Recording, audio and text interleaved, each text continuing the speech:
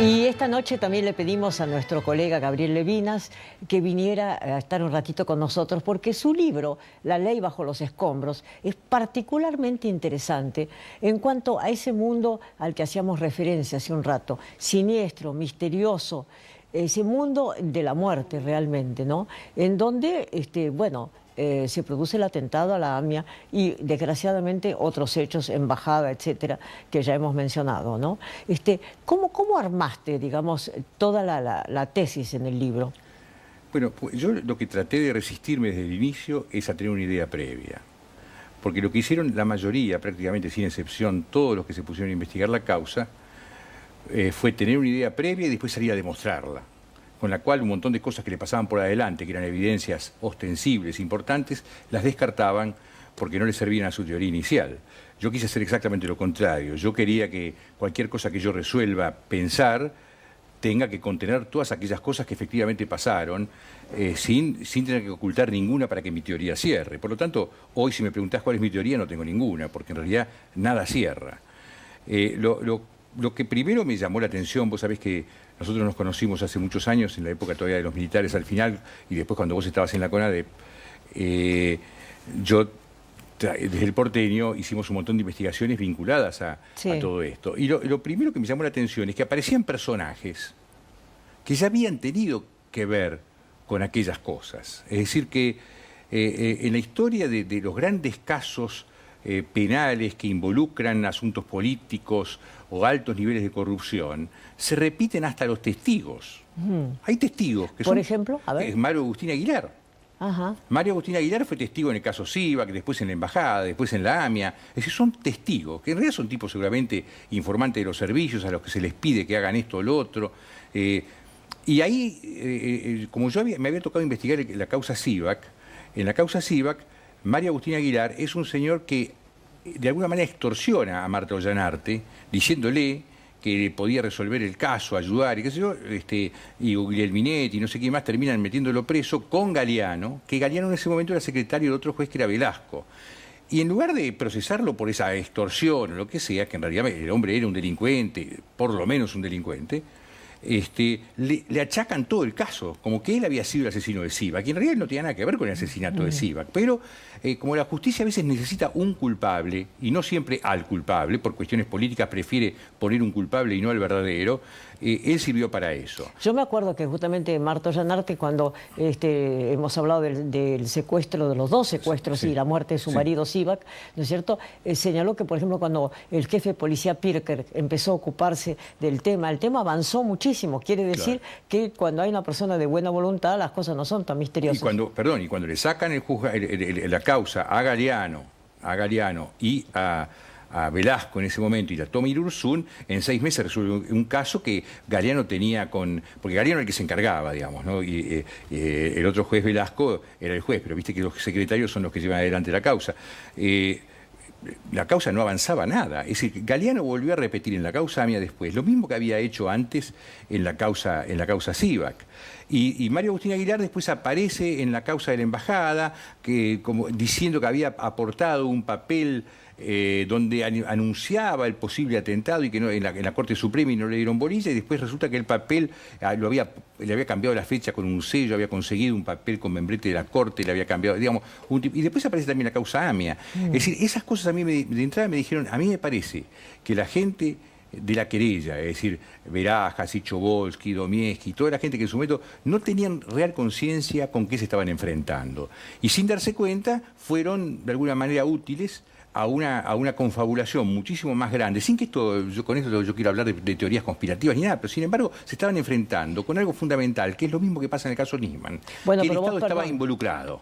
Claro, pero vos en tu libro, por ejemplo, dejás bien claro que hay un mundo de sombras que se mueve permanentemente. Absolutamente. Yo creo que si vos te fijás lo que pasa en la causa AMIA, se reproduce en chico en lo que pasa en el caso Nisman. En la causa AMIA, de entrada, la Policía Federal, con todo el conocimiento que tiene, porque tiene conocimiento, porque ya en Argentina ya se había derrumbado un edificio en la calle Monte de Oca, saben cómo actuar con las pruebas, después había pasado lo de la embajada, había pasado lo del departamento de policía, un atentado, ellos saben cómo manejar un atentado como corresponde si quieren.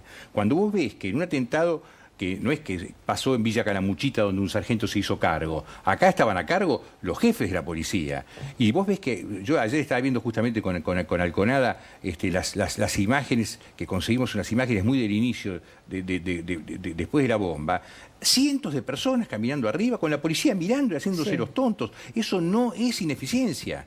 Eso es una decisión de embarrar la cancha, de convertir a la causa en un asunto tal que después no pueda tener solución. Y lo mismo pasó con Nisman. Si vos pensás que en la causa Nisman, de entrada, había jefe de policía, subjefe de policía, jefe de la gendarmería y un viceministro dando vuelta por ahí junto a 40 personas más. Además, Bernie llega antes que la fiscal Fein. No, pero además, si ellos no saben manejar una escena del crimen, ¿quién sabe? Ahora, ¿qué hicieron con la escena del crimen? La destruyeron. Es decir, la escena del crimen fue destruida ante la vista de quienes se supone son los expertos en estas cosas. Es decir, esto no es una casualidad y lo que tienen es una gran eficiencia en mostrarse ineficientes. Pero la realidad es que esa ineficiencia es la forma que tiene la Policía Federal Argentina, la CIDE, los servicios de inteligencia, de arruinar las causas para que no puedan tener solución.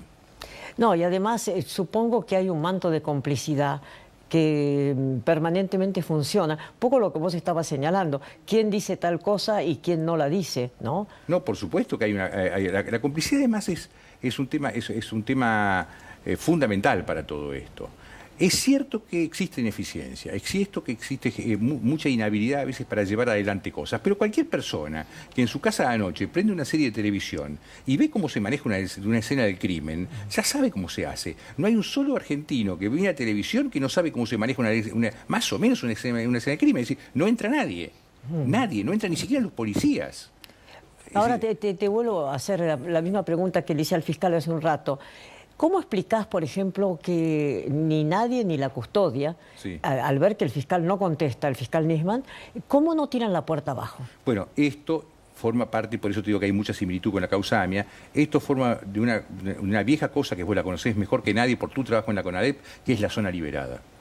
Lo que hubo ahí fue zona liberada, y la zona liberada incluye los 5 anillos de seguridad. El primero es el de la inteligencia. La inteligencia tiene que estar cuidando a Nisman, no vigilándolo para sacar información, sino cuidándolo para que no le pase nada. Entonces, el primer anillo de inteligencia falló, porque obviamente siendo un blanco, que además tenía una fatua internacional, es decir, que era una persona que podía ser blanco de los terroristas internacionales, debió haber sido cuidada por los organismos de inteligencia, que esa es su función, no saber qué está haciendo Magdalena o qué está haciendo Levinas, es saber qué está haciendo Nisman y cómo hacer para cuidarlo. Eso no funcionó. La segunda parte es lo que se llama la vigilancia que es la propia policía o la prefectura que anda alrededor. Tenía 10 custodios. No, eso además, eso es aparte, eso sería el último anillo de seguridad. El segundo anillo, el segundo anillo de seguridad es la gente que por la calle anda cuidando la zona sabiendo que ahí está Nisman, entonces tienen que estar atentos a cualquier situación extraña que pase alrededor. Bueno, eso te quería preguntar porque cuando vos publicaste tu libro esto no había ocurrido. ¿Cómo interpretás la aparición de ese cadáver femenino carbonizado frente al edificio Le Parc que nunca nadie puede identificar? ¿Qué es un aviso? No hay ninguna explicación coherente, más que eso es un mensaje mafioso que nosotros por supuesto no comprendemos, pero es un mensaje. Es una cuestión de estadística. La ciudad de Buenos Aires, solamente la ciudad de Buenos Aires, tiene 20.000 manzanas. Si había un lugar difícil para introducir un cadáver, era ese. Entonces, si vos lo metés ahí, yo fui especialmente, estábamos en el programa de Jorge, apenas nos enteramos, yo me fui para ahí porque quería ver qué dificultad había para llevarlo ahí. Y era enormemente dificultoso. Primero porque para entrar al Puerto Madero, en cada entrada vos vas a recordar que hay una prefectura. Es decir, que vos corres el riesgo con un cadáver adentro, que te paren, te pidan documentos y encuentren el cadáver. Entonces, eso ya es el primer problema. Segundo, que hay cámaras de seguridad por todos lados y vigilancia. Y en ese lugar específicamente, a esa hora, enfrente, hay varios puestos de choripán y un montón de gente comiendo choripán y coches con las chicas haciendo el amor o cosas parecidas y todo, y tenés que sacar el cadáver de un coche, subir a una montaña que se te ve de lejos, ¿no? Y volverlo a guardar atrás de la casita esa chiquita que era una cosa de la luz. Esa operación no la haces sin un backup importante de alguien que te cuide. Exacto. Entonces no vas a ir a poner un cadáver ahí justo porque se te ocurre. Mira, podría ser la trama de un nuevo libro de investigación tuyo. Absolutamente. Gabriel Levinas, muchísimas gracias. No, muchas gracias por invitarme. Y esta noche, cuando desgraciadamente ya sumamos 3 meses desde la muerte del fiscal Nisman, tenemos a otro invitado con el que quiero también escuchar su mirada y su posición. El otro invitado es Marcos Aguinis. Ya volvemos.